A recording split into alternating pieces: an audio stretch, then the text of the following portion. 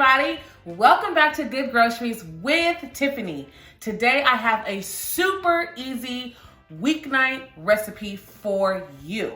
A lot of people don't know how to bake a salmon correctly.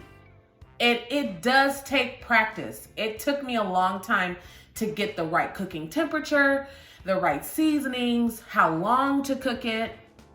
And what I've come to realize is that I don't like my salmon dry. I actually prefer it not underdone, but just right beyond the point of done, or cooked all the way through. And it took a lot of trial and error to get that way. And so now I have, I think about 5 different salmon recipes that I alternate for my family. And today I'm going to make our family's favorite way.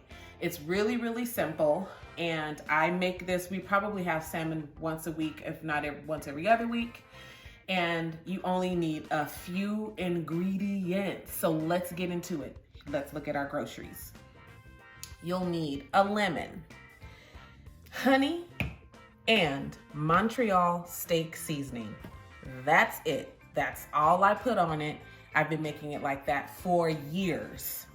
And so this is a huge salmon fillet, a whole salmon fillet that I got from Costco. That's why it's so big. But I like it like this because it gives us a little bit of leftovers for the next day. But I do like to trim it so that it cooks evenly. So I like to take this flap over here and cut that off. I still do cook that, but we just kind of nibble on that on its own. But so you want to cut that off and get a nice trim on it. You don't need to oil your pan or anything because salmon is very oily. It's a fatty fish, so you don't want to put too much oil. So now that you have everything sort of like the same thickness, now you just take your seasoning. Really simple. I don't even season both sides. I only season the top. So this is a mixture of lots of different herbs and spices. It has everything you need. You don't need to pull out all of that stuff out of your seasoning cabinet, your spice cabinet. You don't need to do any of that. Just, this is all you need. It has salt, pepper, oregano, fennel, has everything in there. All right, so scoop that over. Get our pan right here ready. And you can season it in the pan too. You don't have to season it on the cutting board. But I like to take these little pieces like this and I kind of season them on their own. Now we've seasoned it, it's ready to go. So here's a couple of tips. If you're going to add something sweet to your salmon, so this doesn't have any sugar in it, but we're going to drizzle honey on it. If you're going to add something sweet, then this is how you want to break up your cooking time. So we're only going to cook this salmon for 10 minutes in the broiler. So you don't need to watch it unless your broiler is like on dragon breath. I don't know. But you should be able to just put it in the oven, let it go for 10 minutes. Make sure you have a timer. Cooking with a timer is essential. But we're going to break up this cooking time because I'm adding something sweet. So for the first 5 minutes, it's going to cook by itself. The second 5 minutes, I'm going to drizzle the honey on. You don't want to put the honey on in the beginning because it'll burn and it won't taste good. It'll be bitter. You'll have those bitter notes that are, they don't go with salmon. So I'm going to hold on for this. Put this in for 5, take it out, put this on for another 5. And you will have perfectly cooked salmon. And I'll show you what we'll do with it when it's done. I'll be back. Okay, so it's been exactly 5 minutes in the broiler and look how done the fish already is. You see how opaque it is? It's raw in the middle, but it's almost done, okay? So now we're going to drizzle honey all over the top.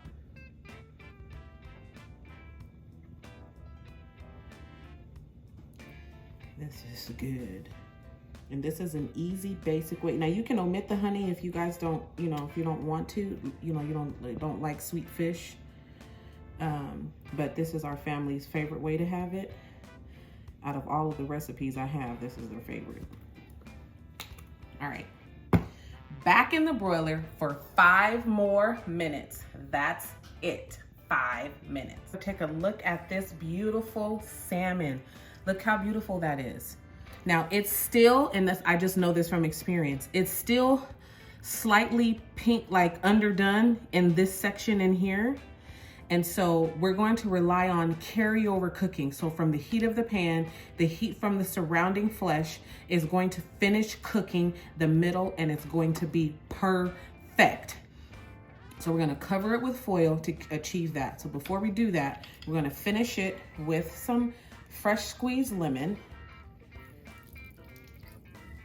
And it's gonna mix in. You see all of this pan juices? That's fat from the salmon. Salmon is a fatty fish. And you just need half a lemon, or if you want more lemon, you know, help yourself. Be creative in the kitchen. Don't be scared. Don't trip. We just cooking. So we're gonna cover this with foil. It doesn't have to be tightly covered. Loosely covered. And we're gonna set a timer, again, a timer, set a timer for 5 minutes, and it's going to be perfect. All right, it's been 5 minutes under the foil. Let's take a gander. Ooh. See that steam?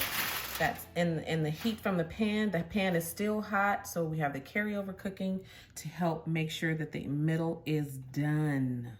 Yes, look at that. Isn't that look good? All right, so we're gonna take some. I'll just take this little corner down here. And just take your spatula, run it down. Now this salmon does not have skin on it. This is a skinless salmon. But it's perfectly cooked. See that? It's perfectly cooked all the way through, but it's not dry. It still has its natural juices and the seasonings. You don't need to rub the seasonings in. I know you guys have heard me say, rub your meat. But for the salmon, you really don't need it. You don't want to overpower the salmon with a whole bunch of seasoning. So see that? Nice, good, opaque. And it's done. I'm gonna grab a fork really quick. Look at that. You can have this with rice. So for dinner, we'll have it either over mashed potatoes, mashed sweet potatoes, steamed white rice, green beans, asparagus. The sky's the limit on the side dishes. But once you perfect this salmon, your family is going to want it all the time. Can you make that salmon? So I have lots of other recipes for salmon that I've just kind of been working on over the years. So let me know in the comments what kind of salmon you guys want to see. And I'll go ahead and get those recipes up. But look at that. You see the juice? You see it's shiny and glistening. That means it's cooked, well done, but it's not dry.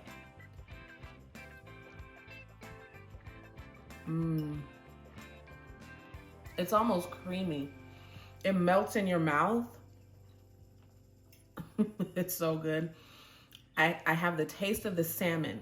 That's the most important part. You can taste the salmon still. And then the herbs and spices from the Montreal steak seasoning, those come through, but they don't overpower the fish. And that lemon right on the end, it just brightens it up and helps break up some of that fatty feel that salmon can sometimes have because it's such a fatty fish. This is good. I hope you guys make this. Send me pictures. I do have an Instagram page, so send me pictures on my Instagram, Good Groceries with Tiffany. Like, subscribe, share this recipe with your friends. You can do it. Don't trip, we just cooking.